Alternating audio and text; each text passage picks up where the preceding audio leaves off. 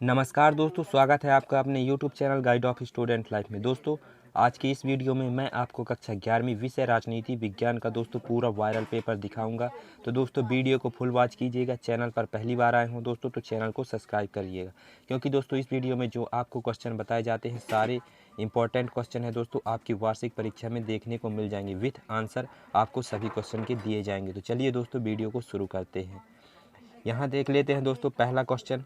संविधान सभा की महिला सदस्य थी, तो आप सभी जानते होंगे दोस्तों, जो संविधान सभा की महिला सदस्य थी सरोजनी नायडू थी। इसके बाद दूसरा क्वेश्चन है दोस्तों, व्यक्तित्व के उच्चतम विकास हेतु निम्नलिखित में से क्या परम आवश्यक है? तो इसका राइट आंसर हो जाएगा अधिकार। अधिकार जो है दोस्तों परम आवश्यक है।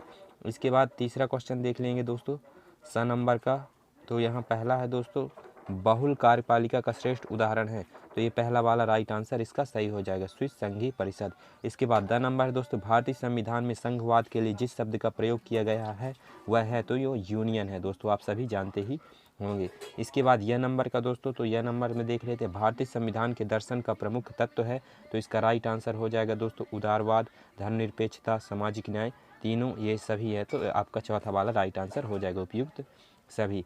इसके बाद र नंबर का देख लेते हैं दोस्तों, अधिकार उन सामाजिक व्यवस्थाओं का नाम है जिसके बिना कोई व्यक्ति पूर्ण रूपेण विकास नहीं कर सकता है। उक्त कथन निम्नांकित में से किस विद्वान का है? तो आपको राइट आंसर तीसरा वाला लास्ट की लगा देना है।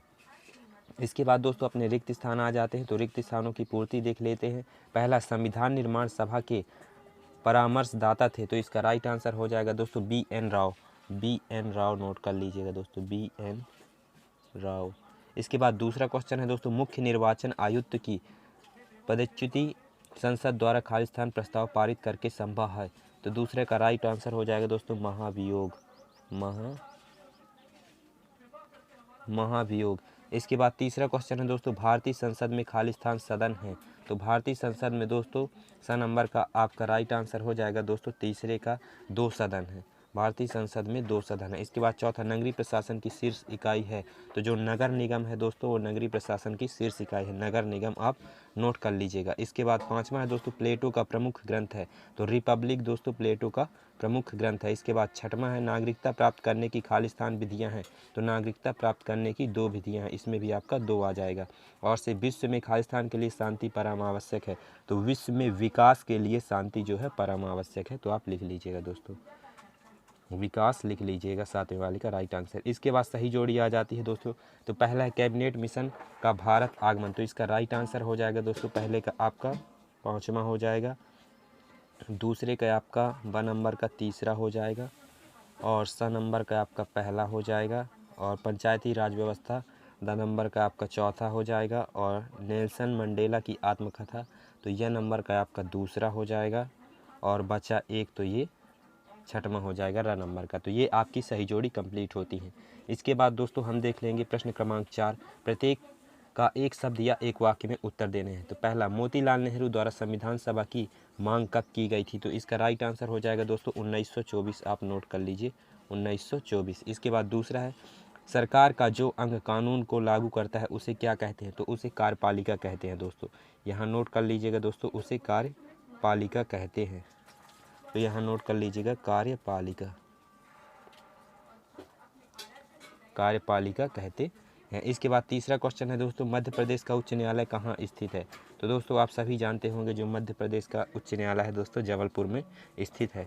इसके बाद चौथा है, किस संवैधानिक संशोधन द्वारा मताधिकार की आयु 21 वर्ष से घटाकर 18 वर्ष की गई? तो इसका राइट आंसर हो जाएगा दोस्तों 61वें संशोधन द्वारा, 61वें संविधान संशोधन द्वारा। इसके बाद पाँचवें, भारत सरकार ने विकलांगता अधिनियम किस वर्ष पारित किया था?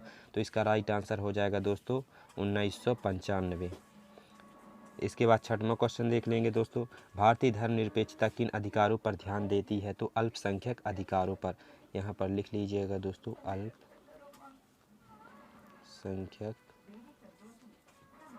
अधिकारों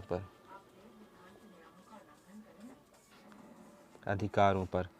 इसके बाद छठवां है दोस्तों, सातवां है, movement for survival of Ogoni people आंदोलन विकास द्वारा चलाया गया। तो इसका राइट आंसर हो जाएगा दोस्तों आपका सातवां का केन सारो विवा, यहाँ लिख लीजिएगा दोस्तों, केन सारो विवा, केन सारो विवा, ये इसका राइट आंसर हो जाएगा। इसके बाद दोस्तों अगला क्वेश्चन देख लेते हैं, सत्य और असत्य। तो सत्य असत्य का पहला क्वेश्चन है दोस्तों, शिक्षा के अधिकार का उल्लेख भारतीय संविधान के भाग 3 में किया गया है। तो इसका राइट आंसर जो हो जाएगा दोस्तों आपका सत्य हो जाएगा। इसके बाद दूसरा देख लेते हैं। तो दूसरा है दोस्तों, नौकरशाही कार्यों का क्रियान्वयन स्वेच्छा से करती है। तो इसका राइट आंसर असत्य हो जाएगा दोस्तों। तीसरा का भी आपका दोस्तों असत्य हो जाएगा, चौथे का असत्य हो जाएगा, पाँचवें का सत्य और छठवें का आपका सत्य हो जाएगा। तो ये आप नोट कर लीजिएगा दोस्तों। इसके बाद 2 नंबर वाले क्वेश्चन है दोस्तों, जो कि बहुत ही इंपॉर्टेंट क्वेश्चन है दोस्तों, संविधान सभा से आप क्या समझते हैं, संविधान से क्या आशा है, मौलिक अधिकारों के महत्व लिखिए दोस्तों, राज्य के नीति निर्देशक तत्वों के कोई महत्व लिखिए। ये सभी क्वेश्चन दोस्तों आपकी वार्षिक परीक्षा में पूछे ही जाएंगे। तो आप सभी क्वेश्चनों की तैयारी दोस्तों दिल से करिएगा और सभी क्वेश्चनों को याद करके ही जाइएगा दोस्तों।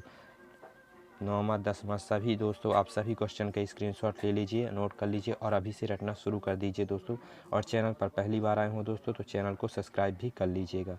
सारे क्वेश्चनों का स्क्रीनशॉट ले लीजिए दोस्तों, सभी क्वेश्चनों का आप स्क्रीनशॉट ले लीजिए और अपनी पढ़ाई शुरू कर दीजिए और पेपर में टॉप कर दीजिए। धन्यवाद।